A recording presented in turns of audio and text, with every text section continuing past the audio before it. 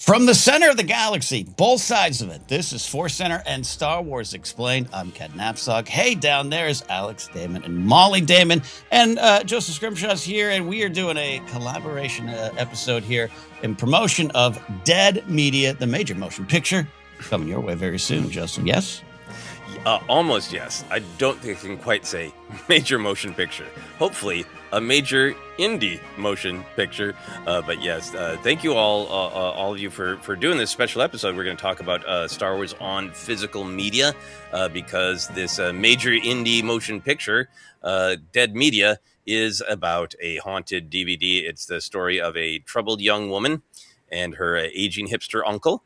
And she's going to watch an old horror movie from 1999 on streaming just to relax. And her uncle finds out and says, no, you got to watch it the right way, the classic way on old school DVD. But the DVD is haunted and horror and generational trauma ensue. I'm really excited that it got picked up for distribution by a great new company called Antenna Releasing, and we're taking it on a roadshow tour, and I'm going to be there at all the stops doing an intro and Q&A. We have a bunch of dates announced, and even more are coming soon, including a date in Atlanta in early August. Exact date to be figured out, so that will be up soon. And if you are curious, if you'd like to come out, you can find out all the information at antennareleasing.com/films/dead media. Absolutely. Alex, Mollie, welcome to the show. And get out and see the film. Yeah. I'm schedule permitting, we're going to be at the Atlanta screening. Yeah. Very excited to coming to Atlanta. Yeah, I was so excited. That was kind of a late addition to the schedule. And it's like, yes, thank you. Because no matter what date the film plays, we're going to find a way to get there in order to hang out with Alex and Mollie and catch up. So, yeah. We also saw, before we dive into Star Wars, in Toronto, you're going to the Rivoli. In La Crosse. Yes. It's a different Rivoli. We've been watching Nirvana, the band, the show. Okay. And every episode is about these two guys who are just trying to get a show at the Rivoli. And we saw, like, Joseph got one. He got a show at the Rivoli. Almost. Dead Media, the tour, the show, the movie. I would love to do that. It's so funny. Like, a lot of these nice old theaters are like from the old vaudeville circuit, right? When the world was kind of connected, but not in the same way. It's like, well, we all need a Pantages. We all need a State. We all need a Rivoli. And so, like, all these theaters are named the same. And now it's extremely confusing. That's great. We have two groves down here in Southern California, hour apart, and occasionally someone messes it up. I'll meet you at some grove somewhere. So anyway, thank you to everybody on the ForceCenter side of things who's been very supportive, who's already been buying tickets to come see Dead Media. I'm really excited to see lots of ForceCenter friends. And with this collab, I'm really excited to possibly see some Star Wars Explained friends. And if you decide to come see this film and you're like, hey, I barely know who you are. I've never watched or listened to ForceCenter, but I heard about this. Please come tell me that you're a Star Wars Explained fan, and I'd be very, very happy to meet you. You guys have some the best fans in the world. We do. Yeah. So we want to be sure to plug the film and be honest about that, but so excited to talk about Star Wars on physical media. I've been doing all sorts of podcasts and interviews where I talk about physical media. But the deep dive, as you were saying, Mollie, before we started, on Star Wars on physical media, it goes in so many different directions. All the bonus features, the history of Lucas's revisions, kind of the history of our own culture based on, are you a VHS kid? Are you a DVD kid? Are you a Blu-ray kid? They're just like so much to discuss with it. So I'm excited to dive in. And my first question for all of you, and Mollie, I'd love to start with you. What is your first memory of Star Wars on physical media, and how did the format that you first encountered maybe impact your love or understanding of the saga? I don't have like a solid first memory other than just we owned like the gold box set of the VHS tapes, which I think were those the special edition on VHS? Yeah. So like I just always remember that being in our house, like as part of our collection. And it wasn't really like something that I watched often. It was just always kind of there. And then every time I would go to like a yard sale, I would see it again and again, or like, various versions of the VHS tapes. But I was lucky enough to be spoiled and had a a VHS player in my room Ooh. with my TV. And so I could We do this all the time, but when you call it a VHS player, it still makes me laugh. VCR. So we're so used to. I didn't bat an eye. My mom calls them VCR tapes. So it's all over true. the place. It's all true. So when did you understand that the version of Star Wars that you watched on your VHS player was the special edition and that was a whole thing? Not for a very long time. Wow. Not till probably high school. I was like, oh, there were different versions. Oh, okay, whatever. When you eventually saw the the more original releases, were you like, hey, where's the Jawa hanging from the Ronto? This is bullshit. I was like, oh, this feels more appropriate for its time. Yeah, this makes sense. Okay. Oh, that's really cool. See, there's the format affecting how you perceive things. Alex, how about you? What did you have? The first thing that I had the first time I watched Star Wars, it was on a VHS that my parents had taped it off of like TBS or something. So that was my first experience for a long time. It was just fast forwarding through the commercials of the original Star Wars. And I don't think they told me there were sequels for a while. They were like, let's just see how long we can ride this wave. Like he just loves this one movie. And then eventually they were like, okay, there's more of them. And they bought the box set that had like a stormtrooper and Vader and Yoda. Yeah. I wish I could have been there to see your face when you found out there were more Star Wars movies than just A New Hope. Wow. Well, what was your perception then when you're watching it and you're fast forwarding through, Purina commercials or whatever? Did you think that was just like, that's the whole story and they won and hooray? Kinda, yeah. I mean, I just figured... I think that there probably was some bit in the back of my head that knew there was more, because like when I was first learning about Star Wars, the first introduction I had was just seeing someone dressed as Darth Vader, and my dad was telling me about him, and I'm pretty sure immediately spoiled, and that's the father of Luke Skywalker, and blah blah blah, and like, and I'm like, that doesn't come up in the movie. How does he know that? So Wait a minute, what? It's time to have the Splinter the Mind's Eye talk with your son. Yeah. we watched a lot of movies that were just taped off of TV back, so I didn't really think much about. I'll just fast forward through the commercials. Not a big deal. Yeah, this is standard operating procedure. When you watch A New Hope, originally Star Wars, do you still remember where the ad breaks were?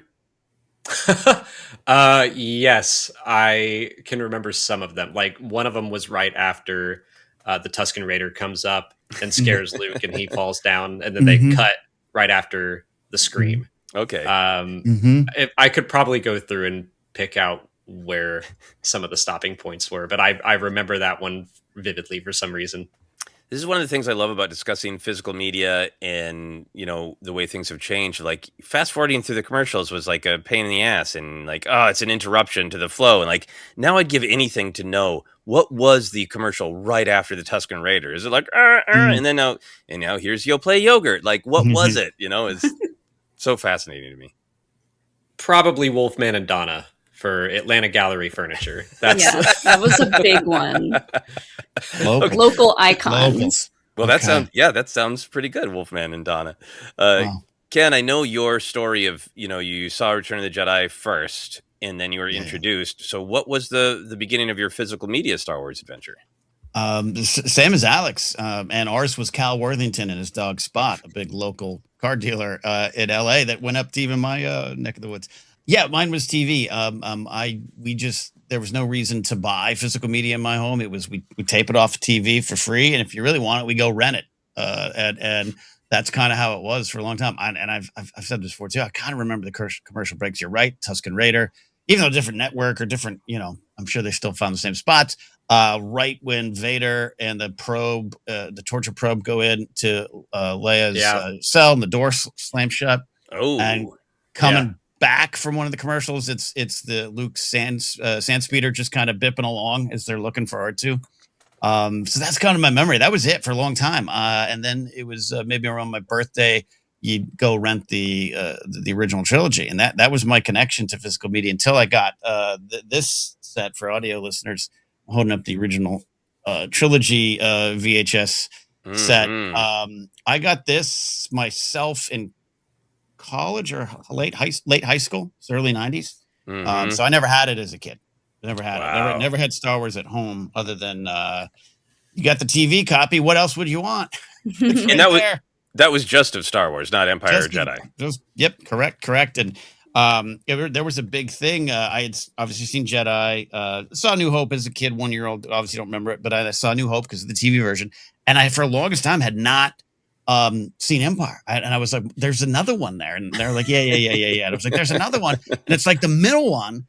And so finally, for one of my friend's birthdays, it's funny, he just turned 50 yesterday, my friend Eric, we rented it. It was the end of the summer.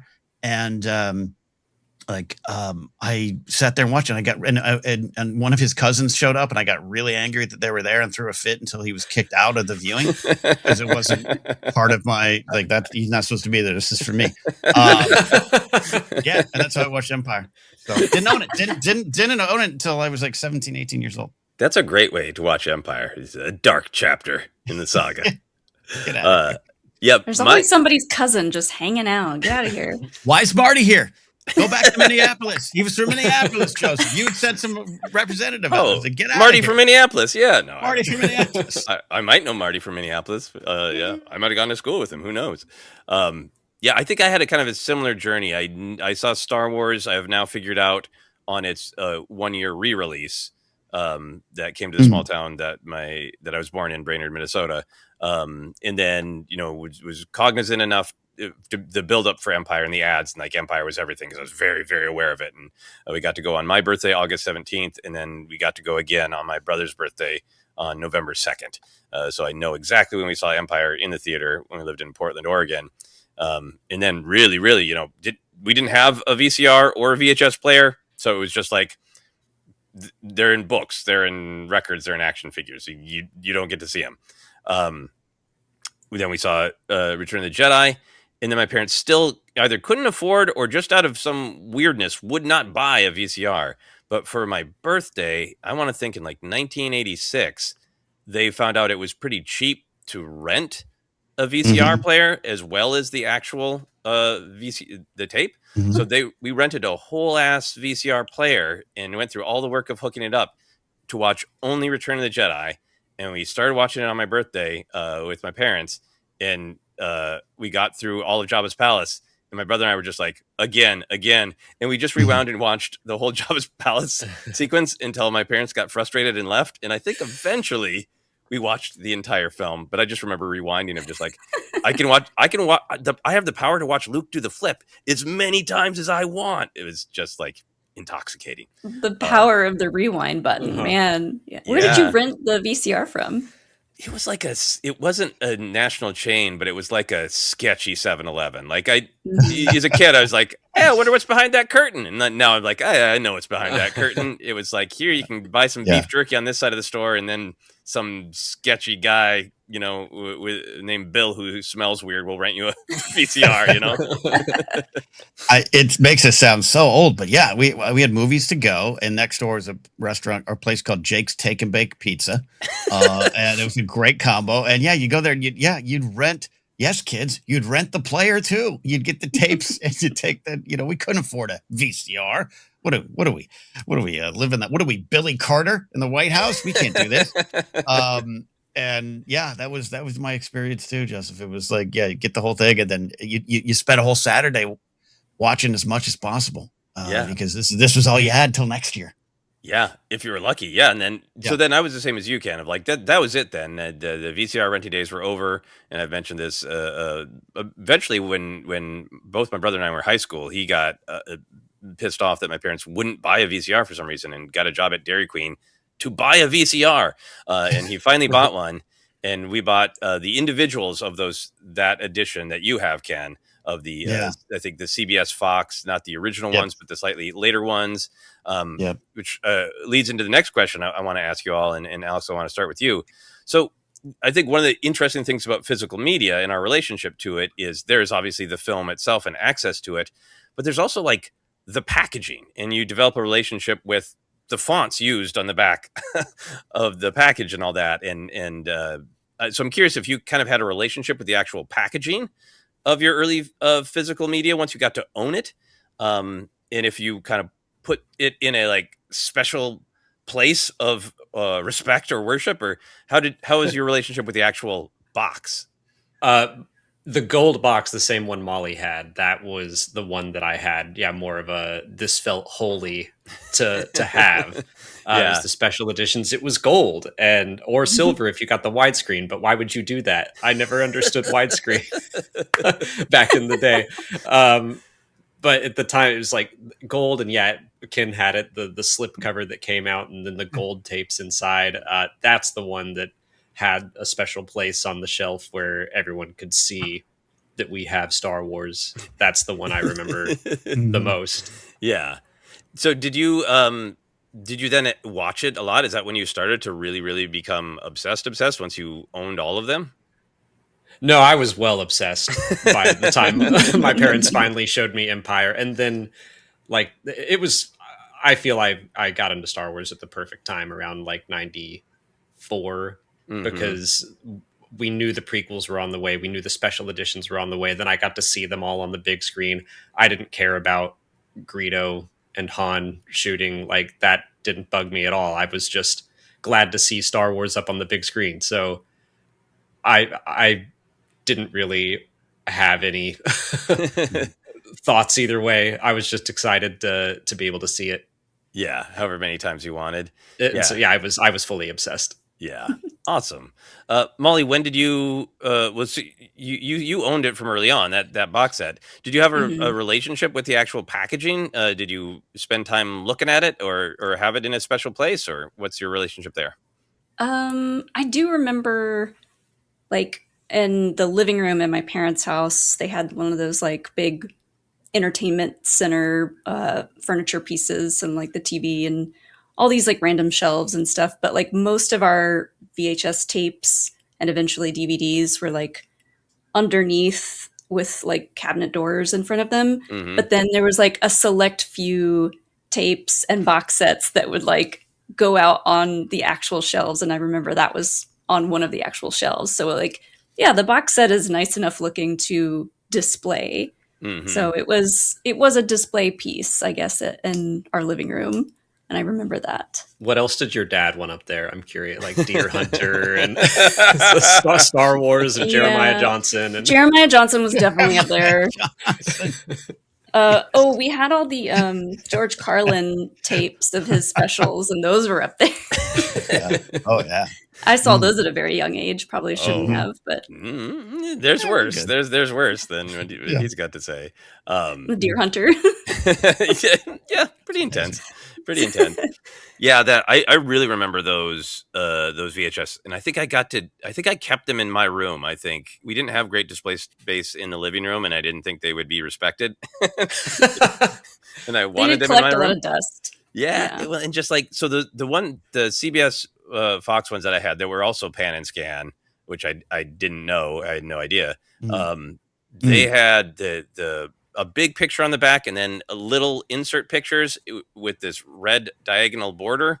And it's been a thing for lots of good graphic design of packaging that I get. My love of the thing itself starts to transfer to things associated with it. And so when I see any graphic design that has like a red diagonal insert box, I'm like, oh, that must be awesome. And like, no, that was just the same graphic design on the back of Star Wars. And you were so starved for Star Wars that you became attached to the graphic design of a red diagonal box. So that's what part of what motivated this question for me. Ken, what did you get attached to any of the artwork? Not so much. The classic Star Wars one, holding up the old CBS Fox box, like you said, just the posters, just the sweeping art, I definitely love. But it wasn't until the ones you guys have talked about, and yes, I did get the silver widescreen. I'm not a monster. Come on now. This one was the first one built for display. I think it was simple and sleek, and this has been on my shelf since 1990. When did this come out? 97, 98 special editions, right? The release. So yeah, this was the first one that I became like obsessed with. This is who I am. This is part of my identity. So when I moved to LA, this came with me. Every apartment, this is one of the first things I put on a shelf. And that this is kind of the relationship I have with that. The other stuff, not so much. I did though. I love the trilogy. The original trilogy box set has the message from George on it. Ooh. 15 years ago, I set out to make a film for a generation growing up without fairy tales. Star Wars is my own elaborate factory, and its popularity has gone beyond everything I had imagined. In years, I hope that your children, in the years to come, I hope that your children, your children's children will enjoy experiencing the saga as much as I have, George Lucas. And that was 15 years ago. That's crazy. Oh my God. Yeah. And I used to love that because it just kind of felt like it was a personal message to George, from George. Yeah. Oh, that's beautiful. So we all had the special edition VHS tapes, and one of my strongest memories of that was maybe it was on every film, but I think it was for sure on A New Hope. There was a little interview about the making of the special features, the special editions with Dennis Muren. And I remember him in particular talking about how doing all the work for the special editions was prep for, and then he said the prequels. And I watched that every time I watched the film, and I got so hyped when Dennis Muren said the prequels. Did you guys watch Mollie? Did you watch Dennis Muren? I honestly can't remember. Was that the beginning? Yeah, because it was a VHS. It's at the beginning or the end. There's no jumping around.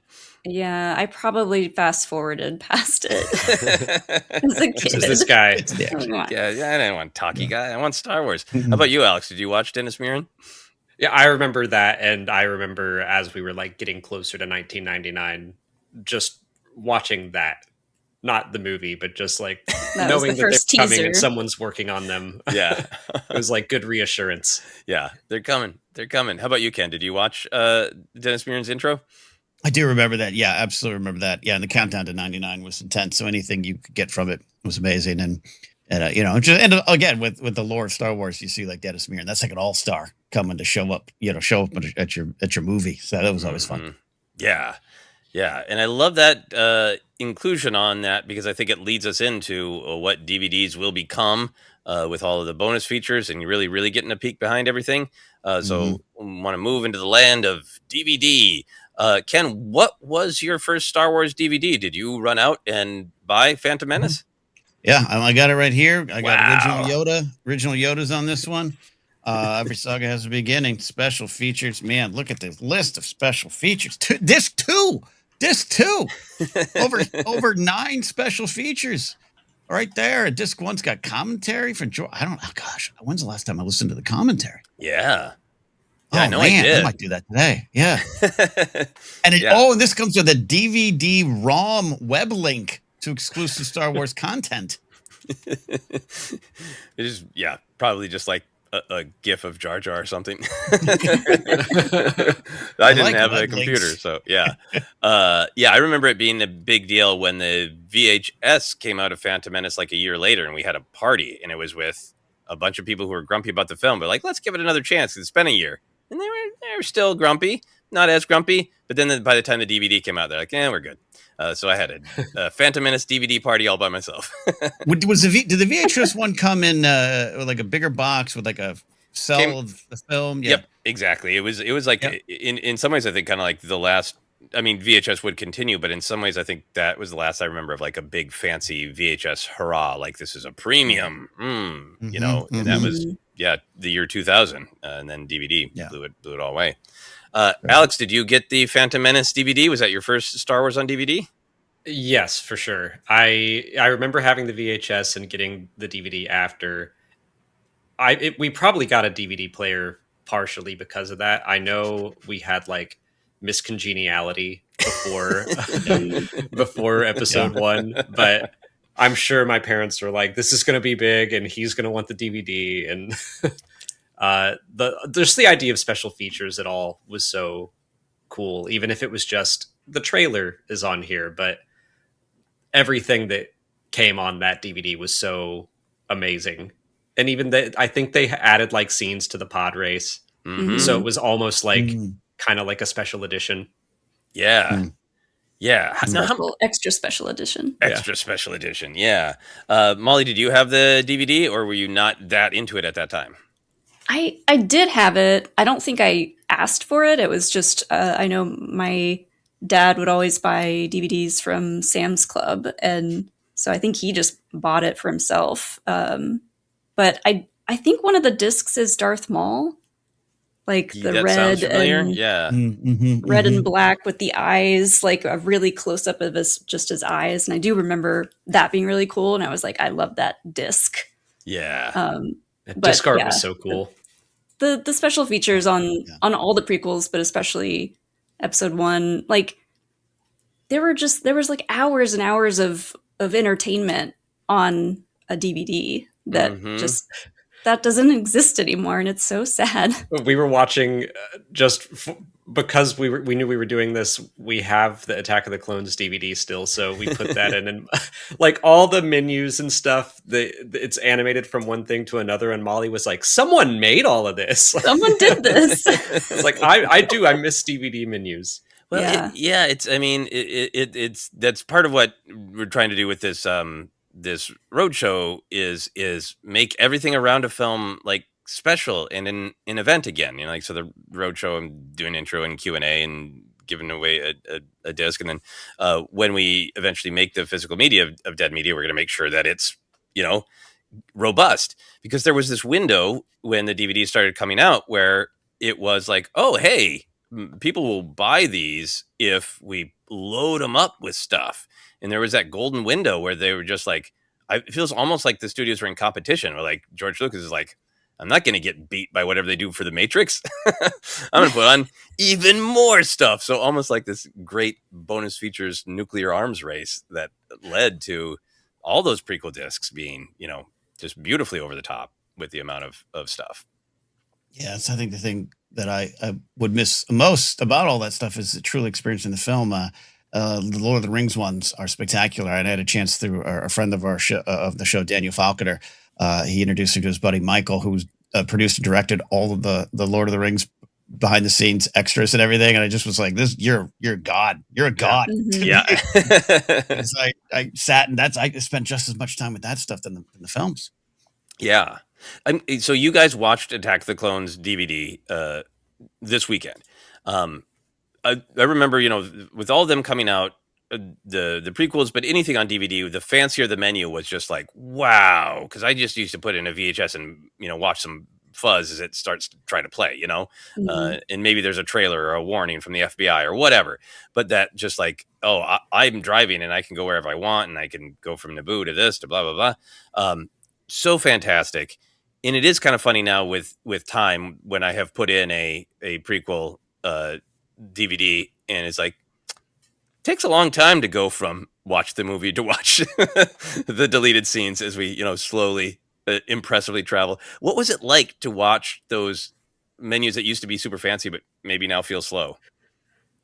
I mean, I loved them because I specifically remember thinking like, wait, the TV is kind of a computer at this point. Yeah. Like that was around the same time that we had like our first family computer in the house, and that was still very new for us. So I was like, the DVD player is a little computer and I can move the stuff around and click on things. And I just was like enthralled by that. Yeah. But yeah, nowadays, like we put the DVD in, we have the full screen version of Attack of the Clones on DVD. And it's really finicky, especially because our only disc player that we have right now is the PS5. And so we're using the PS5 controller to go through the menus, and it's really finicky. So that wasn't fun. But yeah, it's moving around in those is kind of slow. I mean, going. it's funny to see, like, okay, I want to go watch this webisode series that they put out. So click on that for the special features, and there's this big animation of a ship going to Naboo, and then like it lands, and then the numbers pop up, and I'm like, okay, just because you can doesn't mean you should. Isn't it? It's the Jundirian Valley ship that they take. Yeah, it like comes in and lands. And there's not a play all option. You go one at a time. And then so we watched like 1 through 5 or 6. And then there's another page. I was like, all right, there's only 6 of these. We'll watch all 6 of them. And then it went past that to like 7 through 10. And I was like, how far do these go? Was it the same ship landing every time? The refugee ship? Yeah. Yeah. Oh, that's hilarious. Yeah, it's so beautiful. I just love the way time changes things. Like, like history of film of like, the famous story of the Lumiere brothers, playing footage of a train, coming at the screen and people losing their minds. It's just like, I can't imagine showing like a real young person, like a 10-year-old, a DVD is like, look at the patience we used to have. Yeah. Watch a ship land between every special feature. They had Easter eggs hidden in the DVD actual menus. Easter eggs, yeah. Which, like, those were fun because you kind of just heard about those, like, from kids at school. Like, they heard it from so-and-so's brother. It was like, if you put this little code in the remote control, it'll bring up the blooper reel or something. And I was like, what? Wow. Yep. So back in the day, Alex, did you know about the Easter eggs on the prequel DVDs? Did you hunt for them? I did not. The ones I remember are from the Lord of the Rings special features, where they were like hidden within the menus. You could either see a cave troll dancing around, or you could see the Jack Black, Sarah Michelle Gellar MTV Movie Awards skit that they did. I've never seen those. Yeah, they have those hidden around. I don't know if they're on the 4Ks, but on the DVDs, they were literally hidden within the menu. Yeah, in the Dead Media Film deals with Easter eggs, and that's like everybody gets a DVD, but Easter eggs are like younger people maybe haven't heard of them, or certainly I've explained an Easter egg to my dad like I think up to 15 times now. He's like, okay, so it's hidden, all right, and you push buttons like an Easter egg is like an Easter egg, yeah. But I remember, I think my fondest memory of DVD Easter eggs, I think I was a little intimidated by them because I wasn't good at puzzles, and it felt like a puzzle, and it felt like just like when one of my puzzle loving friends, or who was hanging out on earlier internet forums that figures it out great. So my good friend knew that I don't think he had the Phantom Menace DVD, so he's like, you got to bring your Phantom Menace DVD over to my house. He's like, because I figured out how to do it. And I can't remember how it was. You pressed away from one of the things, and I don't know, up, down, right, left, whatever it was. But it unlocked a Yoda blooper of Frank Oz forgetting his lines. And this is a friend that I did theater with and like in comedy with, and we would entertain one another all the time from how well we could learn lines and dropping lines. So like, it sounds like just kind of quaint Easter egg, but at the time, like I didn't see Yoda dropping a line, and like that was something that I did, and he was like, fear leads to, George? Line? Yeah. And it's just like, I'm sure it's everywhere on YouTube and TikTok, and people have seen it a million times, but I kind of can't describe the joy and the thrill of finding that secret and having it be worth finding from my perspective. Ken, what was your relationship with any of the early Easter eggs? I remember the Frank Oz one. I remember, you've mentioned all of them that I've loved, and I don't remember how I found out. I mean, I didn't go on forums. I was never on forums. I didn't know how those worked. I didn't pay attention to that stuff. So, and I wasn't around. I wasn't around a lot of folks who were nerdy. So like, I don't know how I figured out most of this stuff. It just kind of got passed. That's how information traveled back in the day. That's why you didn't know Eric Stoltz was in Back to the Future till like 2002. You didn't know that. No one knew that. No one knew that. I saw a thread post this week. If someone goes, I had no idea Matt Damon co-wrote Good Will Hunting. Like it was like this young girl, and it was like, oh dear God, sigh and grandpa. The Phantom Menace DVD, DVD interaction. Alex, you're right. You're talking about how goddamn long it took, especially if you overshot it. Yeah. You're like, God, I wanted to go to one. I want to go to 3. It's like when I load a PlayStation 5 video game up, and I'm like, why is this taking 5 seconds? It should take 2. It should take 2. Where like back in the day, like when I had to put a Commodore C prompt and then the game would load 20 minutes later. But yeah, as far as the Easter eggs, yeah, I just knew them and it was fun. It was just fun. It was that again is when you get this DVD. This was a chance to sit with the film. If you wanted to sit with the film for a couple hours beyond just the film, you could. You could cover yourself in it like a blanket. Yeah. And I think that was one of the really powerful things is that is so much of what I wanted as a Star Wars fan. Is I loved the story and the characters, but I just loved that mood in that galaxy, and in the sounds, and I just wanted to be around it more. And I think the menus and the bonus features really delivered that. So I'd love to talk a little bit about the bonus features because there's rich opportunities across all the prequels. But then obviously when the original films finally made it, the original trilogy made it to DVD and came with a bunch of stuff. So Mollie, do you have favorite bonus features either from back in the day or now that you've been revisiting and rethinking? I was doing some research and like trying to look up all the different ones because there's so many to choose from as far as just like there's feature-length documentaries and then there's like little snippets and bonus stuff. But I always liked watching anything about like the costuming and the puppet making. But the which one is it? The beginning documentary, I think it is, on the episode 1. I remember that one being really, really good. Mm-hmm. Yeah. The beginning is definitely a huge one on my list because it was, the film came out and as we've discussed ad nauseum, a lot of people in my age had issues with it. And then the VHS came out and like my friends were like, yeah, well, maybe I like these 5 parts. And then the DVD came out and people were, kind of grumpy and moving on. And then here comes this documentary where it's like George is almost looking in the camera and validating or fighting different theories and grievances. And, that is where some of the infamous Red Letter Media stuff comes from when he's got the screening of I may have gone too far. And like, this isn't a leaked, like a reporter followed him and George couldn't stop it from getting out. The man sat there, maybe chose it, but at least approved himself watching a cut and worrying about the film in a way that by the time he released the DVD, he knew there are a bunch of angry people who hate my guts and I'm going to let them see me question my choices. It was mind blowing to have that level of just sort of like vulnerability and like, George, I'm very impressed, but also what the hell are you doing to yourself, man? Yeah. He was very candid. Yeah. Yeah. Alex, how do you feel about some of those bonus features and in the level of information and vulnerability?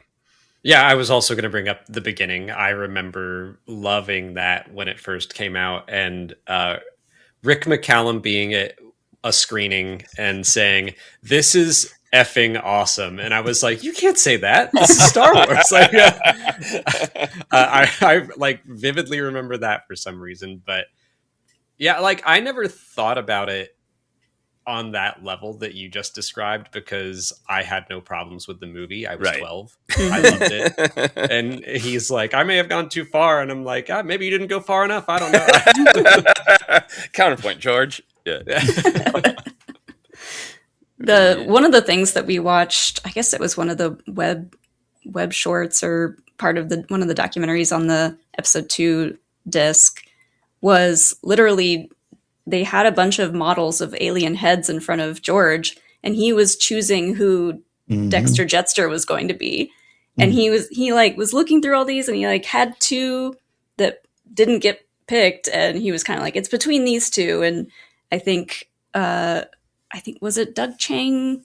John Knoll, I think, was John Knoll was like, let maybe me this one. Suggest this one because he knows how it's going to be animated, and he has like preferences for that, I guess. And I was like, this is incredible. Like, we're just seeing George make these decisions that to us like feel huge. Like, well, he was holding the Dexter Jettster one, the one that's clearly who they go with, and then he puts it down. He's like, "No, it's these two," and I was like, how could this be?" It is, yeah. You just watch it and you get used to it, and especially if you're watching it younger, and it's just like it just is. It's like watching somebody decide which way a river should bend. Of like, but it just is. That's the way the river bends. It's fascinating. Ken, what was your relationship with some of the bonus features? Did you have favorites or ones that kind of blew your mind?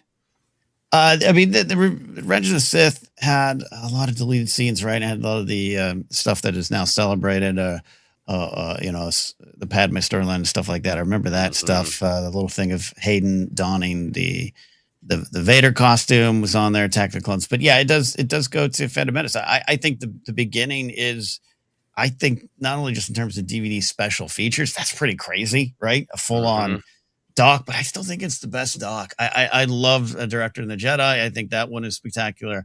We talk about Empire of Dreams, which is a whole nother category. I love the one that came out with Rise of Skywalker. I think those are wonderful docs. The beginning is just something so intimate. It is so real. Everything you're talking about, Joseph, and yeah, it could be used against him later on when cut up and put into a not as insightful as people think it is review of Phantom Menace. But it's mesmerizing to watch. I'm bummed it's not easily accessible on Disney Plus or anything like that. Like maybe there's something there. I don't know. Maybe George doesn't want it, but it's the greatest. It's that and the Lord of the Rings stuff are like the standard bearers of if I buy something for this movie that I love, this is the kind of stuff I want on it. And so when I remember when Attack of the Clones came out, and I was like, "There's no doc." Like, are you kidding? What a bummer! Like, what a bummer.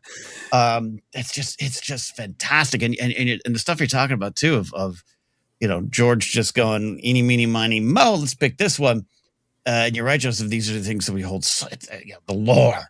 This is the stories behind it. This is why we can explain Star Wars in YouTube form. And it's Ewan McGregor going that one. I like that. Yeah. Endlessly fascinating to me. The episode 2 disc also, they have the trailer for Beneath the Dome, the mockumentary. Oh yes, right. That came out. It was an R2D2 mockumentary that they actually filmed during episode 1, I think. But it's like they just have the trailer for that on the disc for episode 2, and I was like, this is crazy. Anything you got, throw in there. Yeah, I think beginning is really high up there for me. We can talk more about Empire of Dreams. I remembered, Empire of Dreams came out when original trilogy came out on DVD, and that was fantastic. And my original DVD player broke while I was watching Empire of Dreams for like the 5th or 6th time, and it broke in a way it wouldn't open.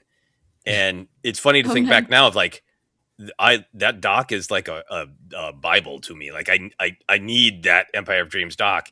And I with a screwdriver took apart the entire VCR player to open it up and get the Empire of Dreams disc back out because I was so obsessed with that. So a lot of times when people talk about bonus features, particularly in the DVD era, where they really went deep, they really showed everything that the filmmakers went through. A lot of the talk can be that it was film school, that you learned how to make films or else had much better insight of what goes into a film. So, Mollie, for you watching any of these bonus features, what's stuff that you learned from Star Wars bonus features of like, I didn't know that was how a film was made, or made you more interested in a part of it? I have always been a big fan of cameras and photography. So seeing just how they had to basically create their own cameras and camera lenses to film things, I was like, that is insane to me. How do you even go about doing that? Because a camera lens is so complicated with all the levels of glass inside, and and then for the prequels, starting to film things digitally, everything is different for that, and it's a different sensor size, and it's smaller than 35 millimeter frames, so the lenses have to be different, and that stuff was really fascinating for me. That's pretty cool. Yeah, just the science of it. Alex, how about for you? What were any bonus features where you learned something more about filmmaking? I think the ones that affected me the most go back to not even the DVDs, but there was a CD-ROM called, I think, Behind the Magic or Making the Magic. Yes. And that was the first time they released a bunch of the deleted scenes, including the scenes of Biggs on Tatooine wow. with Luke. Yeah. And it was like a weird thing you had to unlock on this CD-ROM, and I did that with my friend down the street. But just the idea of deleted scenes at all when I was very young was so. I was like, why would you shoot something and not put it in the movie? I don't get it. But then, obviously, now knowing, I like George's quote about you make 3 movies. There's the one you write, the one you shoot, and the one you edit. Mm-hmm. And those scenes just don't flow.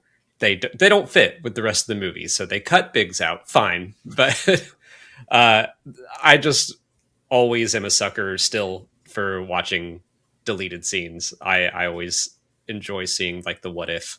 Yeah. I love seeing the deleted scenes because sometimes you just get better context. But it's also like this fascinating thing because they were so popular, and I feel like with some exceptions, in general, our reaction is either yeah, good cut. That would have ruined the flow. Or, what are you doing? And very rarely just interesting. It's almost always like, why did you cut this? Or great job cutting this.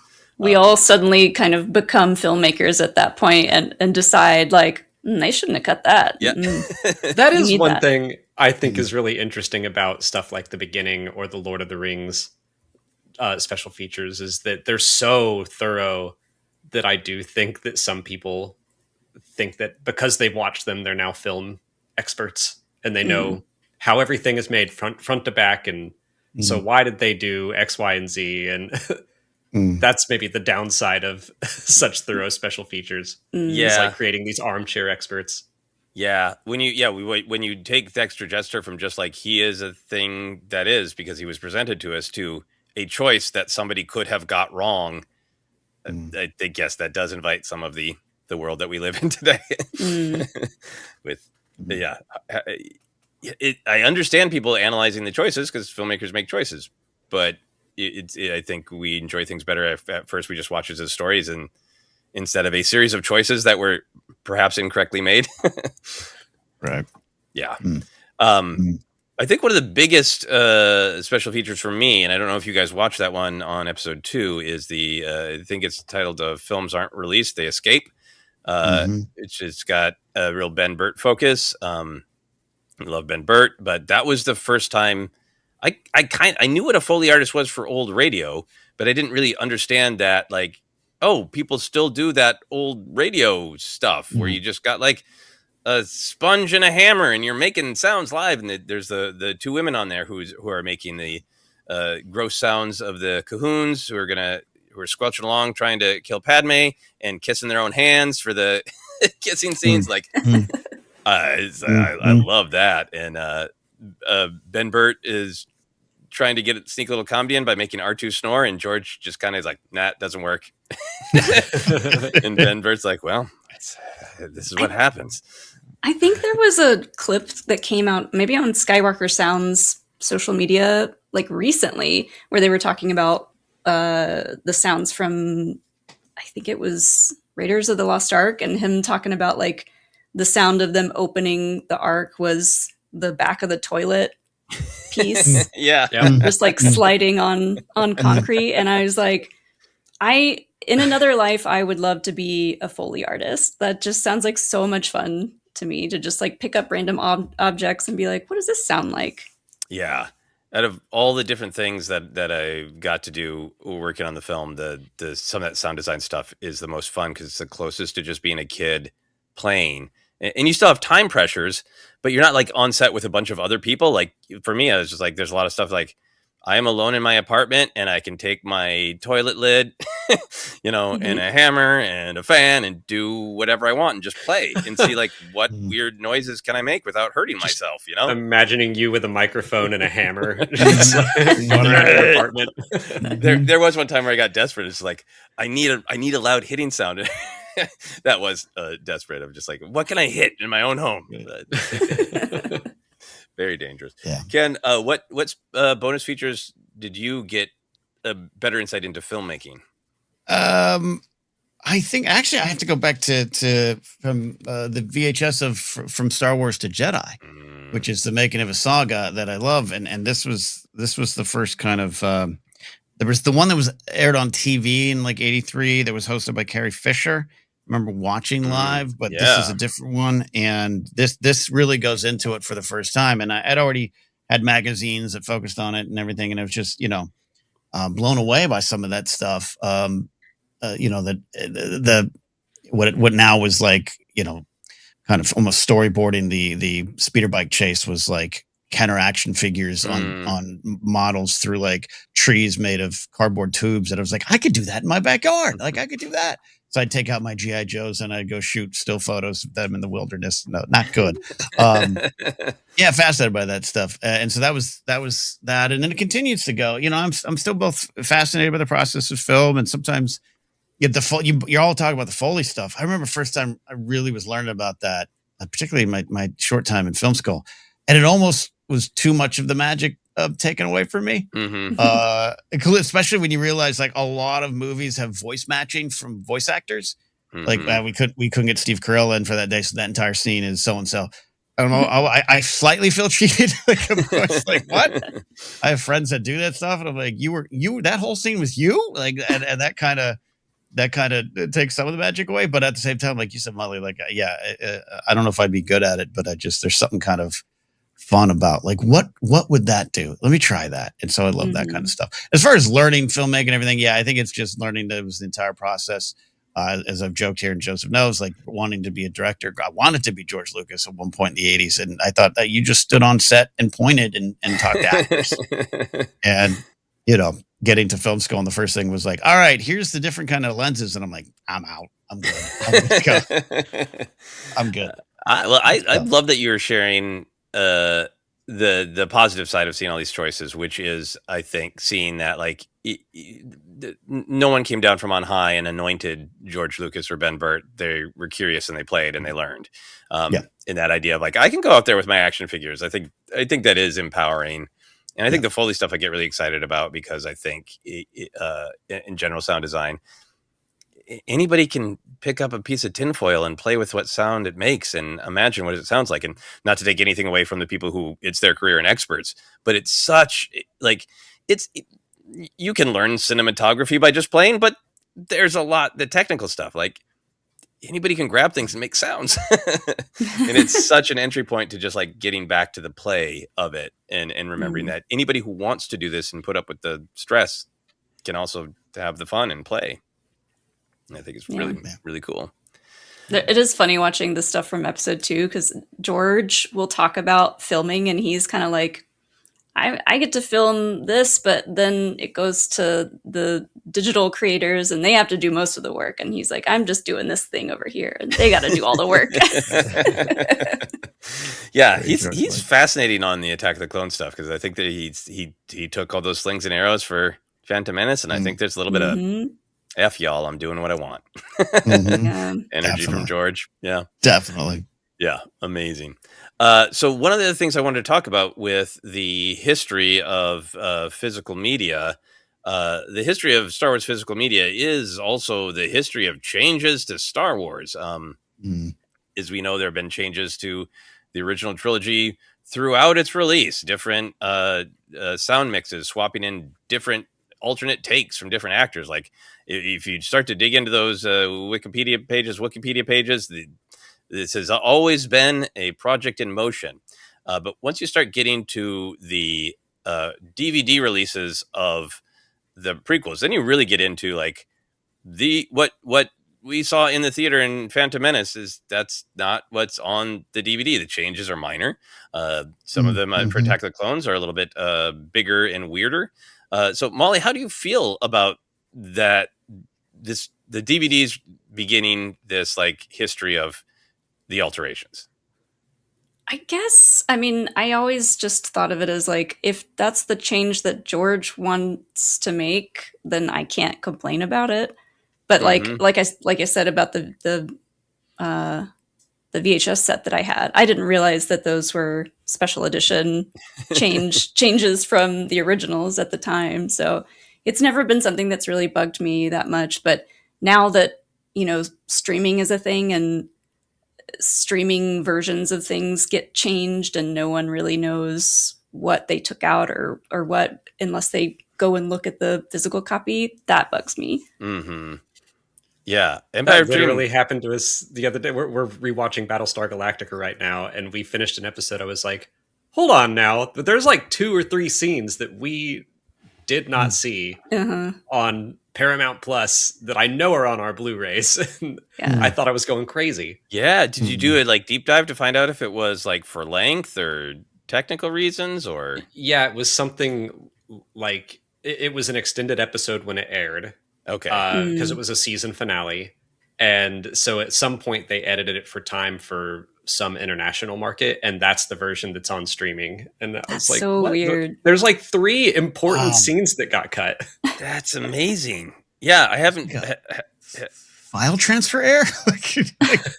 It's just companies wanting to move fast, and I think that's another thing. Sorry to be on the physical media bandwagon, but like that's, you know, when like Criterion or Kino Lorber or Vinegar Syndrome or any of the more like boutique physical media stuff says, hey, it's director approved. They're not just going like, looks good, sounds good. It's like the company's just like, hey, we want to get this up on streaming as fast as possible. What's the most recent version of it that we can just bloop on there? And, you know, when you get things that are, say, like director approved or showrunner approved, it's because they went through and made sure that like, no. Those scenes have to be there. It's, you know, I think it's another thing where physical media is got some strengths over the convenience of streaming. The Empire of Dreams on Disney Plus has a edited for message, and I haven't been able to dig out my original and like try to match for match. Like what did they cut? Did George say something weird? You know, funny. I have it right here. I was like, yeah, okay, yeah, I might do a search. Yeah, got to do a compare and contrast. Alex, how do you feel about the history of the changes, especially with Phantom Menace and Attack the Clones in particular, being like, there's some, you know, big ones like Anakin's metal hand taking Padme's and things like that. See, that a lot of that stuff I don't recall. The changes I remember are more like when more original trilogy, I guess, when they're doing the re-release for the Blu-ray and they're adding in Hayden. Yes. Which that didn't bug me so much. I think the one change that has bugged me the most is just adding No in Return of the Jedi when he goes to throw the Emperor down. Like that has always, that scene gave me chills before I understood why. And so that just adding something to it that took me out of the moment when I saw it, and I was like, no, just leave it the way it was. Your response to no was no.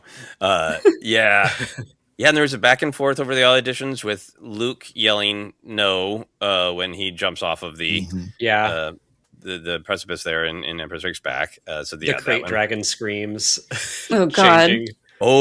Yeah. I mean, I think part of it's fascinating because it is just an insight into Lucas as a tinkerer, and I get that now, because in order to make the film really, really good, you zoom in from the forest and you just obsess on the tree of like, there's this sequence of 3 shots, and you know, if you showed 3 different versions of it to people, like it wouldn't actually be that emotionally different, but you become obsessed with like, but I've always tried to get the trees, you know, branch to bend this way, and and a lot of the changes when you read about him, like he told everybody that he made no changes to Revenge of the Sith when it went to DVD, but he changed something that was a wipe from 3PO to Anakin to a straight cut, and so like, okay, and then when he put it on Blu-ray, he's like, no, back to wipe.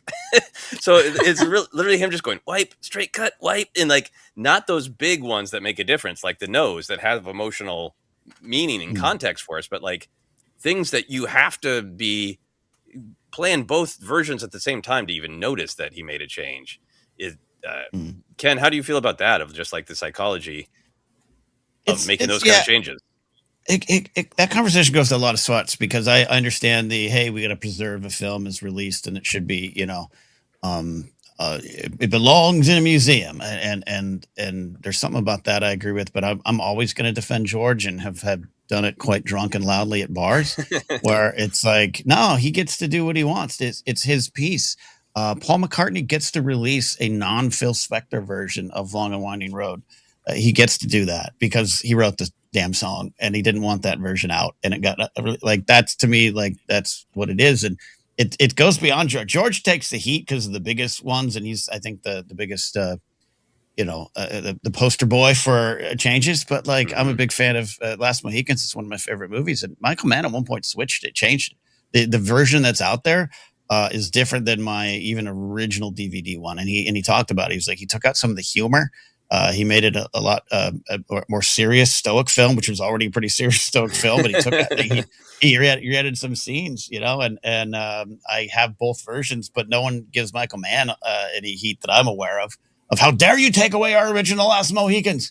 You don't hear that. You hear it with George. But I like it. Like I like McClunky. I like that he was like, put this weird thing in. I do remember when that was on streaming, right? Yeah. That was on Disney Plus, and people were like, what are we changing the scene again? Yeah. But at least that just turned into a fun meme. Yeah. I always wondered if it was just a thing where like, are people afraid to say no to George or afraid to like push back when I don't know if he's insisting on these changes or if he's going to people and saying, what do you think about this? And are they being like too scared to say no or give their honest opinion to him? And he just like runs wild and makes the changes that he wants. I would love to know more about like the psychology behind how he made those decisions and who he spoke to about them. Yeah. I mean, it seems like from the documentary that he asks people's opinions from time to time, but he very much makes his own decisions. And I think that's just part of his sort of psychology of, hey, I had run-ins with the studios early on. They butchered, in his opinion, THX 1138. They made him edit American Graffiti down. They got fussy with their rules and attacked Irvin Kershner. And his whole project, similarly to David Lynch and a couple other filmmakers, is like, it's my art. No one is going to tell me what to do. There's that viral clip of him that goes around. I can't remember where it's from. I think it's right before Revenge of the Sith comes out. And like the 60 Minutes person asks him, like, people have been real mean to you about those last two movies. You afraid about this one? He's like, no, because just the thing is, I'm making them. And it's like you're painting a house. And I paint a house white because I made it and I want to paint it white. And people come up to me and says, you should have painted it green. And he's like, sometimes it might be right. It should have been green. But they didn't build or paint the house. I did. Mm-hmm. And I think he's just extremely like, I'm sure he backs his own creative choices, and certainly from these changes reconsiders them and flips flops on them. But I just think there's something like deep in the core of his being of, I was attacked. I was violated by somebody taking away my agency is the person who created this. And I think there's something deep in there about just like, you don't want somebody like just coming into your own physical home and going, yeah, I don't live here, but your bed should be on the other side of the wall. You'd be like, it's my house, my bed. What are you doing in here? Right. And I think that's when it gets really interesting about who owns film. Do we have the right to, he owns it legally, but morally, culturally, historically, do we have the right to own the 1977 Star Wars? I think that's where it gets really interesting to me. Mm-hmm. What do you think? I always like that that's an option on, I think when Spielberg touched up E.T. on the DVD, he put out, here's the special edition, but also you can watch the original theatrical one. And I'm all for George tinkering it with the movie still if he wants to, but people made those emotional connections in the theater and want to revisit that version. So like, I'm really excited that they're finally doing that for the 50th. And I hope that they do another, I guess I'll buy the movies again if they put them out. If they did that, I don't know which version I would watch because I know that there are going to be some things at the 50th re-release that I'm going to be like, oh, I forgot that the X-Wings were just like little bright dots and not actual X-Wings. And I kind of the X-Wings. That's one of my big things. I think there's rose-colored glasses on what those originals might have looked from a lot of folks. And I think you can do, I think that story you're telling Joseph George, I've heard before too. And I think it's great. I think it's great because he says in that, maybe I was wrong to not paint it green. And I think you can make mistakes as an artist. I think you can do that. I don't like the no on Vader versus Jedi either. I think it was a bridge too far, but I'm going to hold up his freedom to paint it. But yeah, I'm very curious too. There's a lot of folks that maybe haven't seen. I know the original versions are out there, you know, and you can get them, and there's, you know, jazzed up fan versions out there, whatever. But I think there's gonna be some folks going, oh yeah, no, I like that. I like what he did over there. That one, the newer version. Yeah, I think it'll happen. Mollie, you're a perfect example of somebody who just grew up with a lot of this special edition stuff. So I'm sure people, you know, who grew up with it is like, hey, yeah, he doesn't talk to Biggs before they do the trench run? Come on. What's this about? Right. How do they cut Biggs? How are we supposed to care about that mustache man who died? Yeah. So I also wanted to touch on the Blu-ray release of the original trilogy, because that was such a big deal, not just for the jump up of quality, but the mass release of the deleted scenes. I didn't know about that other CD-ROM that you're telling me about, Alex. That's fascinating. It's not all of the deleted scenes, just a handful of them. Okay, cool. So, Alex, what's your memory of getting the original trilogy Blu-ray set with all of those deleted scenes and so much of your boy Biggs? Yeah, getting to see all the big stuff again, but also the one that I was excited about was Luke constructing his lightsaber in Return of the Jedi. That's the one that I hadn't seen. That wasn't on the CD-ROM as far as I can recall. And it was like we'd seen pictures of it. We knew it was out there. So that was the one I jumped straight to. Yeah. And what do you think of it now? Are you like, yeah, good cut? Or are you like...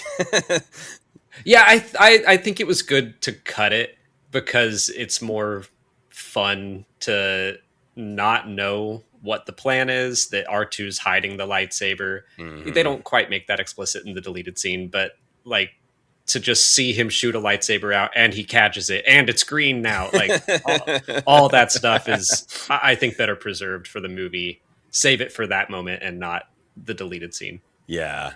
I think a lot of deleted scenes end up, I think, being about time, but they also often end up being about logic of like somebody's afraid or got a note that, well, people are going to wonder where that lightsaber came. Like, okay, well, I got to show that. And I think a lot of times deleted scenes are logic, and like, we get it. He made it. We don't need to see it, you know, that he made it. And I think that exact conversation is in the making of Return of the Jedi. And like they're talking about people are going to wonder where the lightsaber came from. And George says, like, the worst thing that'll happen is an angry letter to Starlog magazine. It's fine.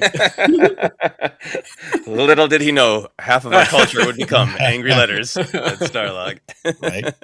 Right. Mollie, were you excited about seeing those bonus features on the Blu-ray? I don't remember the first release of the Blu-rays of just the original trilogy. Like, I don't know if I had those. The Blu-rays came out, I think, after we met. So yeah, it's 2011, I believe. Yeah. Is that the box set that we have downstairs? Mm-hmm. So I probably came home from Best Buy one day all excited. Yeah. Let's watch the deleted scenes. I mean, yeah, I feel like there's probably still bonus features on those discs that I haven't even looked through, but I've seen so many of them just on YouTube because they're all like ripped and online now. Yeah. But I do want to pull those out and revisit them for sure. Yeah. And those menus are not friendly to navigate. You got to work on those. Ken, what was your reaction to the Blu-ray set? Did you run out and buy it? Were you hankering for those deleted scenes? No, in fact, you might have. So this is the one I have for the audio listeners. It's Vader with a bloody Star Wars logo on it. Yeah. What version is this? That's just the first. That's the original trilogy. Yeah, on Blu-ray. But I think it. No. It does. It does. Yes. Yeah. Because I was tight on funds, so I didn't run out and get just the original trilogy. I eventually got that same set of all of them. That's what we have. Yeah. So, but I don't think I got this until like 5 or 6 years ago. I'm trying to remember, Joseph, when we sat down to do maybe our Phantom Menace commentary, I had this one, and I kind of wasn't even aware that Yoda was switched. Because I just kept watching this one. Actually, I think I bought that for us. I think I stopped on the way to your home and bought multiple copies of that because I knew... Yes, this isn't even mine. It's Joseph's. No. I'm coming over. Because I I wasn't like instantly upgrading to Blu-ray because to me, like DVDs were still felt kind of fresh. I was really tight on money. My focus was elsewhere. Yeah. It was when I was doing the old Jedi Alliance show. We did commentaries, and they brought in the Blu-rays, and then I was like, "Oh, I've been a terrible fool." Because I just remember like A New Hope starts, and like, wait, Luke's pants have texture. They're not just a taupe blob. Yeah. They look like jeans. Yeah. What? Like, and it's like, okay, I gotta get these. It's like putting on glasses for the first time. You're like, whoa. Why do you, that's why I wear my Schumers now. So I've never watched these. I've never put these in. I'm just looking at it. I was like, I've never opened it. I've never pulled it out of anything. I maybe that's what I got to do this week. Yeah. Never did. So have you watched some of the behind the scenes then have you gone down the YouTube rabbit hole, or have you just not tracked down some of these original trilogy deleted scenes? I've seen the deleted scenes on YouTube. A big fan of like the Moff Gerard, yes. Not killing his troops and the big stuff, and the Wampa pulling the stormtrooper. I've seen all that stuff. Like Mollie said, it's out there. But I'm probably missing 90% of what's on here. I switched to streaming fully. Like I don't have a collection anymore. The last DVD physical media I bought was Solo. Wow. So I totally I pulled this out today, and I'm now you guys are talking. I'm like, I've never opened this. I've never seen what's on here. So I got some homework. It's gonna be fun. You brought up the Wampa scenes though. That was another one that I was very excited to see, because that was such an urban legend of like the Wampas were supposed to attack. Right. And I had this issue of Star Wars Insider that had some really cool art of the Wampa attack, and I always wanted to see it. And then you watch it and it's like, God, this is cheesy. It's so rough. It's not good. Yeah, well, I mean, you're also talking about, I grew up going to my school library and getting the New Hope book that, has pictures and it tells the story, and you look through it and what the hell was this Biggs in a cape and pants scene? Like, where is this? Like, what are you talking about? Like, and I had the novelization and that covers it, and you kind of start putting it together, but I had no idea that. Like, what do you, like you said earlier, Alex, what do you mean you shot this and it's not in the film? This is gold. Like, why did you not put it there? Yeah. In my research for the extras and stuff, I don't know which disc set this one is on, but there's one of a commentary for Empire Strikes Back that has George Lucas, Irving Kershner, Carrie Fisher, Ben Burt, and I think Dennis Muren. But like, I've never listened to that commentary, but I've heard it's in my research, I've heard good things about it. Yeah, I think it's, early on in the DVDs, it really was like, well, these things are popular, so let's just give Arnold Schwarzenegger a mic and walk out of the room, and we'll put whatever he says, And I think by the time of like that one, that's edited. I don't think it's like all those people are in a room together, but it's still like a group of very entertaining people. I think I did look at the roster of that one. It's like, okay, I got to make time for that one. Right. Yeah. I'm looking. I'm fast. I'm gonna have to watch it. I'm gonna fire up the PlayStation. It was never fully produced doc on Empire on these at all? Because that's how we find the truth out about the "I love you, I know" scene, and it's not what Harrison or Kershner have ever said.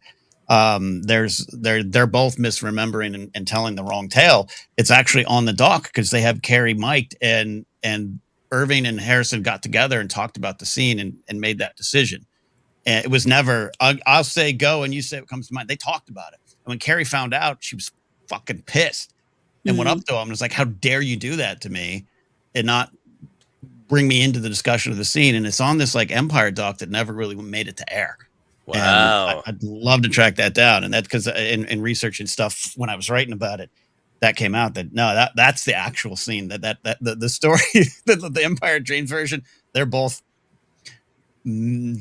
just absolutely making up what happened. Absolutely making up what happened. It's crazy. Myths grow. Myths grow.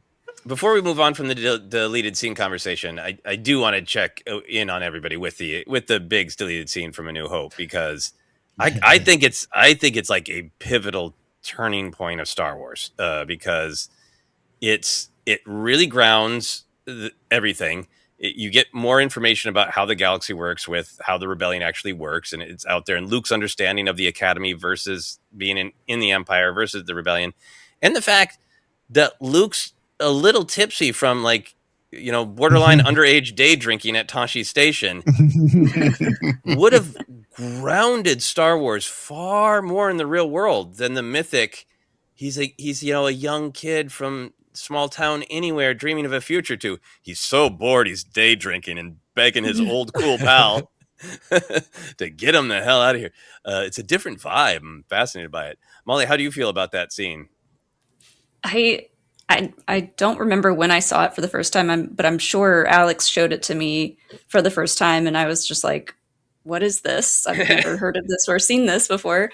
But just his outfit alone, it's a crime to not include that cape in the finished cut. Like, it's such a great outfit. And yeah, you're right. Like, Luke comes off very whiny and kind of odd in it, but it probably would have changed the tone of him a little bit had it been included. Yeah. Alex, I know you love Biggs and you love his outfit, but how do you feel about that scene? I think it was the right move to cut it. I think that the acting is not quite... the tone is very strange. Yeah, day drinking Luke, like he and Garrick are playing it a little more comedically, I think, than the rest of the movie is. I do think that Biggs has some good lines about, the thesis of like, yeah, Tatooine's far away, but the Empire's going to come here eventually. You can't stick your head in the sand forever. But I think we get that without him saying it. So I totally understand why it was cut. And I also think that if you did include it, it would have just stretched out the pacing of the movie more than it needed to be. Yeah. I in the big picture, I do think it's a good cut. I just am so fascinated by the alternate universe where Luke was a little bit more grounded, because it's comedic, but it feels to me like Mark Hamill was like, he's been having a few at Tashi Station with his buddies, right? Ken, how do you feel about that scene? I probably come down the side of maybe better was cut, but it's fascinating, and I'd take a extended director's Peter Jackson cut version.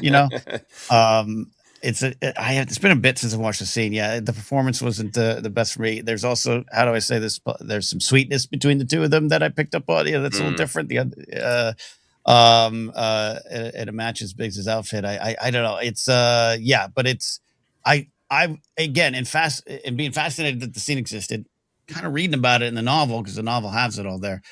I was fascinated by that world that Luke lived in, that he wasn't just hanging out with his aunt and uncle, that he had a life. He had that. He was us. He was me. He was that. I do think that was an interesting take. And I wouldn't have minded seeing that. I'd rather, and I think it ends up being the case, is the stuff later on with Biggs. And the stuff with Garvin Dave Drace going, your dad was Anakin? I knew Anakin. We used to fly. I think it was great. Got a lot of beers. He owes me money. I know that scene doesn't live on anymore. No. But I'm with you, Joseph. There's something to this scene that I think it State of the Galaxy stuff and a little bit more with Luke. But at the same time, in the end, the New Hope is slow enough, and I say that having spoken to people in their mid-20s who are like, yeah, those movies don't hold up. What are you talking about? God, they're really slow. Like, and I think that would have added to that. Yeah. Mollie, were you going to say something more about this scene? I was going to say, it's nice that like a lot of things from deleted scenes like this one came back and showed up elsewhere. Like the characters, what are their names? Fixer and Cammy. Fixer and Cammy showed up in Obi-Wan, and like one of the little things inside Tashi Station that's supposed to be like a little game ended up being in the Mandalorian and Grogu. It's in the Adelphi base. So cool. I just love that some of that stuff still gets used elsewhere. Yeah. Maybe there should be a special edition where we just cut to Biggs in his outfit for a second, and then as soon as Luke is about to talk, we cut away and like, don't worry about it. Yeah. He'll be back. Yep. Yeah.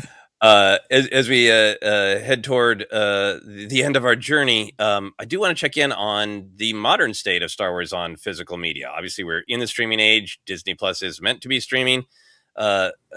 Alex, do you guys collect all the Blu-rays or 4Ks of the films and what they're willing to release of the television shows? Absolutely. Yeah, like I definitely they look better on the disc, but B, after stuff like Willow just gets deleted and taken away, I'm like, I'm not letting that happen to my Star Wars. So we have all the 4Ks that they've put out. I will say I do not like the Skywalker Saga packaging. It's too big and bulky. I miss the gold. Just give me a little gold slipcase like the good old days. It's like it's this big. Oh, it's this. Oh, so it's trying to be like, this is a magnificent, expensive collection, and then it's a pain in the ass to actually get the disc out. Yes, and it's not that impressive looking. It's just a big, long black box with the Death Star on it, and you have to slide it open from each side, and then there's like a big book to. I'm like, just give me the discs in like a nice looking case. Yeah. Yep. This is the new version of like the DVD menus that are very flashy, and I'm like, this is too much. Dial it back. Yeah, they tried to one up the gold box set. They were like, people put this out on their shelves. We got to do something like that, and they made it too big. Yeah, and then they make it big to be impressive, and then they go cheap on how the discs are actually stored. So they're like piled on top of each other, and they break, and they're floating around in there instead of just like, come on, make them easily accessible. Ken, you've already answered this question. You got a solo Blu-ray, and you're out.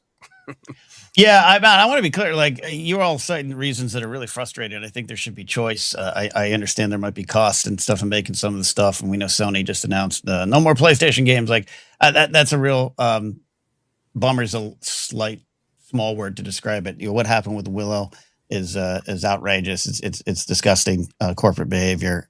So that's why I think there should be choice. For me personally, I just decided years ago, I've done schlepping around things. It didn't mean as much to me anymore to put them on shelves and point and go. That's the thing I like. Like, I got rid of all my Star Wars shirts. I just went through a different kind of period of time. That said, if I knew the shows had came out with that chance to what we're talking about, crawl back into it, because that's what's lacking, I think, a lot, even on some of the streaming stuff I've watched. It's like, go to special features and it's like, or added bonus material, and it's like nothing, right, compared to what they used to do. And I understand maybe money, there's less you can't have teams doing that. I don't know. I'm looking across too. Also, I mentioned, but like, Game of Thrones, I have all I think I have 7. I don't even have the 8th season. That used to be something special. Season would come out, then they'd re-release them. They'd release the series on DVD or Blu-ray, whatever, and you'd get so much. The histories and lore videos, the docs, the interviews.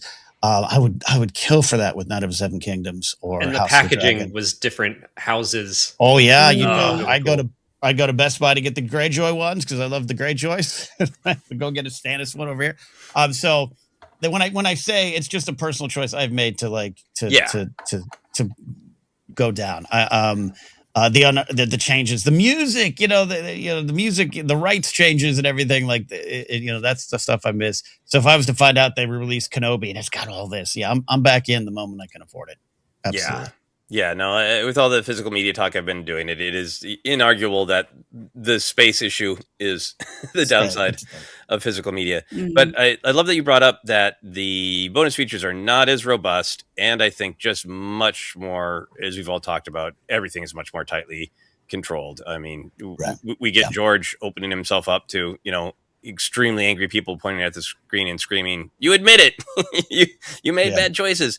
To I have not watched everything. I think the director in the Jedi gets the closest to honesty of showing the tension with Mark Hamill and Rian Johnson, and that's cool. But also, like, because Mark Hamill already told the entire world in multiple interviews, so it almost feels more like, let's turn this into a beautiful story of collaboration and compromise, and it's almost more addressing something that was out there than.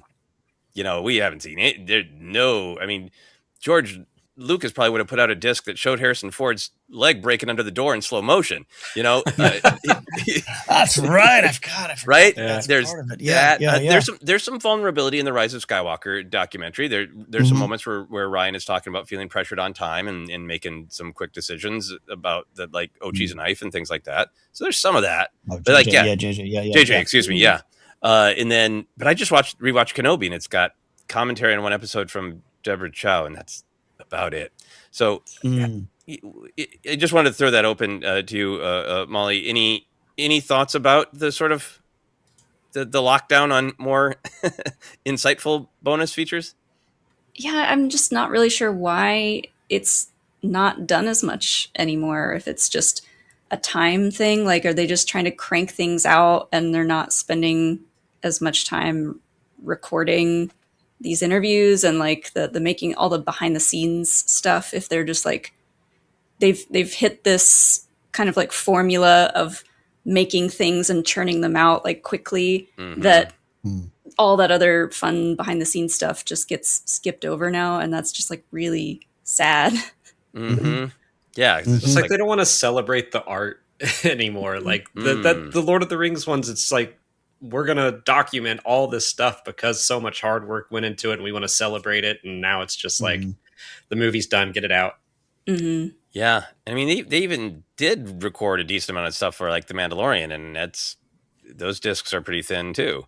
Yeah. So I think hopefully as more things happen, like the PlayStation just cutting it, I think people will get louder, and the value of this will, if the value is there for money, if we're like, hey, if you re-release Kenobi and put actual bonus features on it, I will give you more money. They need to believe that, I think, before it starts happening. And and certainly they need to put all the shows out, because that's scary to just think that they could just be like, it's crazy to me that Book of Boba Fett is not out, right? We just skip straight to season 3 of Mando. And just like, if you're just watching on disc, like, too bad. You don't know how that happened. How'd that baby come back? They should at least release Book of Boba Fett and call the disc set, How'd that baby come back? Figured out. Here's my final question for everybody. So obviously there are still some Star Wars shows that aren't on physical media at all. So that might be included in this. But Alex, what is your dream for the next evolution of Star Wars on physical media? What would you pump your fist if they announced they were releasing? Oh yeah, I want all of the shows on 4K, especially Andor season 2, because again, they put out the first one, and now I need to complete that. I would love for the 50th anniversary if they would put out the theatrical 4K restoration original trilogy. I think that's got a good chance. At least A New Hope. I think they might do that. But that's kind of my fingers crossed for 2027. Yeah, that makes a lot of sense. I think the financial incentive is there, and I think I wonder if it's what the legality is with George. If there is a poison pill in the contract of you can't, or you can only do it with my blessing. They asked him for the blessing to do the screening in the UK, but that might have just been being polite. But but other than that, I think they do have the financial incentive. So I think that's a good possibility. Mollie, how about you? What would be your dream announcement? I mean, I'm kind of the same way. I want to see the original restorations again. I don't know, like it does kind of bug me that I feel like a lot of the box sets that get put out now, they're just making them bigger and bulkier and more and more expensive.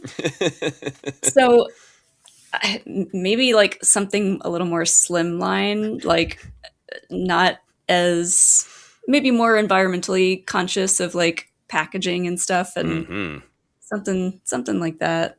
I don't know. And like I feel like a lot of analog stuff is just coming back into people's lives, and people are using the excuse of like, there's too much online, there's too much digital stuff. I'm trying to go back and experience more things analog just for the vibe of it, So maybe with the return of that, they'll go back to making fancy DVD menus and stuff like that, where people can really sit with it and spend time exploring the disc itself. Yeah, no, I would absolutely love that. Yeah, I think I love that your pitch is Star Wars like you've never seen it before in a small container. It's just nice to have the option. I do wonder, like, I'm surprised they haven't gone the route of like the Nintendo Switch game cartridge, which is you just get an SD card and you put a very high quality video file on there that we get to keep forever, and then there's just a tiny player that we can put the cartridge into and play it. Like the main reason we're on our Battlestar rewatch and we're watching it streaming is just because I don't want to get up and change the disc out. But if the whole series were on a little cartridge, then we could just watch from that. That's a great evolution beyond. Yeah, and it could come with lots of bonus features that you could load up if you wanted. Yeah, and take up next to no space. Yeah, that's fascinating. Ken, what is your desire for the future of Star Wars on physical media? I'm not just being cheeky. I would like a collection of all the Star Wars documentaries ever made officially, including Light and Sound and Part James in one spot. Because I would just autoplay all of them. The making the Star Wars to Jedi making of the saga is spectacular, and that one I keep mentioning, I have to search for it, that Carrie Fisher hosted. It was a seminal moment in my fandom in my youth of like, oh, you can go make this stuff. So put it all out there and make it accessible and put it in a nice, I don't know what you call it. Talking about Star Wars, the complete collection. I don't know, something like that. Sort of the other stuff. Yeah, I don't know. The 50th, I think you're right, Joseph. The contract with George could be something special, but George is opening a museum, and it takes a lot to stock with straws and napkins and toilet paper and paper towels and food. And George needs fun. He needs more fun. Be that seriously. So maybe if he's like, okay, yeah, let's sell it. I'll do it for the museum toilet paper. Is pretty great. Yeah. What? Finally brought this home? Toilet paper. That would be fantastic.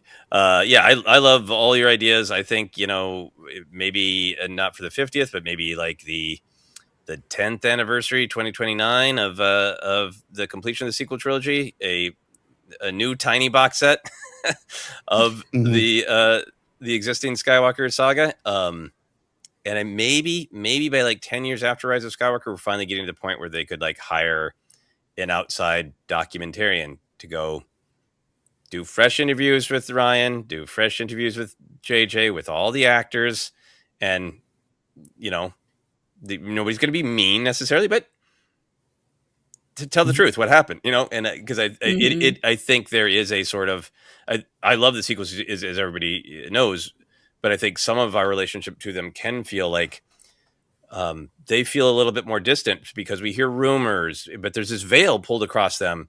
And compared to the other 6 films, the wounds are ripped open. People are on these bonus features saying, no, it didn't happen this way. Yes, it did. That back and forth that Lucas allowed between himself and John Dykstra about what really happened. Was George right to fire him? How does John Dykstra feel about he's connected this legacy, but also he's famously got fired by George? Like that amount of raw honesty about how the humans made this is missing from the Disney era.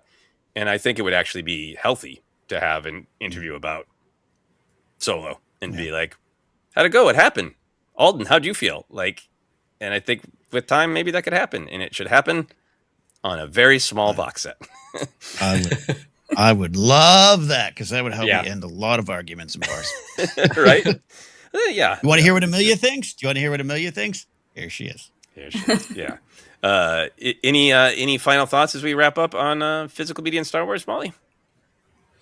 I don't think so. I wonder if part of the reason why they're not putting extra stuff out like that is because they don't want YouTubers making videos about it and then in turn making more money on it than they ultimately do.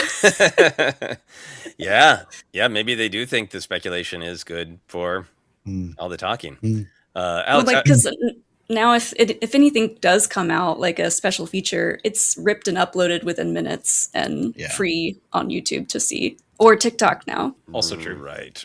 Yeah. Oh, so that is another financial incentive. Alex, any thoughts on that era of the Disney Lucasfilm, or any other physical media thoughts? The only other one I'll throw out is I'd love to hear about the making of Rogue One as well.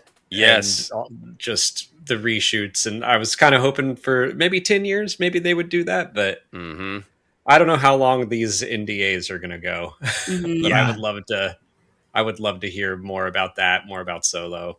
Yeah, I think just we haven't seen much about the making of these movies. And that's always been, it has felt like it's been in the DNA of Star Wars since the beginning. Yeah, absolutely. Disney doesn't want us to see how the sausage gets made. Yeah, they just want to pretend it's all been great, and it's like we all know that The Last Jedi was the only movie that went off without a hitch. Yeah, and it'd be so fascinating to hear about that. So, Ken, any final physical media thoughts? Just love celebrating its place in the Star Wars legacy. I mean, we're all shared memories, and yeah, we're from a different era. This was the norm. We didn't have any other way to watch them, whether it was TV or in our hands. But it's part of the Star Wars story, and it's fun to celebrate that. New generations will connect to it in a different way, and I know a lot of the younger generations, like you said, Mollie, are starting to go back to, hey, what was it like to have this at a flip phone and this and that, and God bless them. They'll find out some of the reasons it's good to have some of the technology we have now, but they'll also connect to it in a way that we got to. So happy to celebrate it. Yeah. I think my final thought is just I love physical media, and I've had a reason to really concentrate on it and think about it. And I do think it's important when it becomes discussions of ownership, of being able to actually buy something and own it, and not having everything in the world be a subscription model, and the willow horror of being able to take things away and just lock them in a vault. But I think streaming is great too, and I always want to be a part of the future. I don't hate streaming. I just think streaming should be part of a balanced diet, and I think physical media should continue to be a part of our diet that is available to us. Okay. All right. Ken, take us home. Yeah, let's go home. Let's go home, everybody. Hey, thanks for watching this video. You might be checking in from the ForceCenter side. Pretty good chance you knew who Alex and Mollie are, but we'll let them tell you where to find them. And on the other side, Star Wars Explained, welcome over to the ForceCenter side. Let's team up. Let's be friends. Let's everybody hang out together. You can find us on social media at ForceCenter Pod. You can also support us on Patreon at patreon.com/ForceCenter. At the end of this, Joseph will tell you about his movie, where to find it again. But Alex, Mollie, give you a chance to, prop up all the stuff you're doing and where you can be found. Yeah, we're on Star Wars Explained on YouTube and all the socials, Patreon, Instagram, Blue Sky, Facebook. Mollie, you know the spiel better than I do. Yeah. Why'd I try?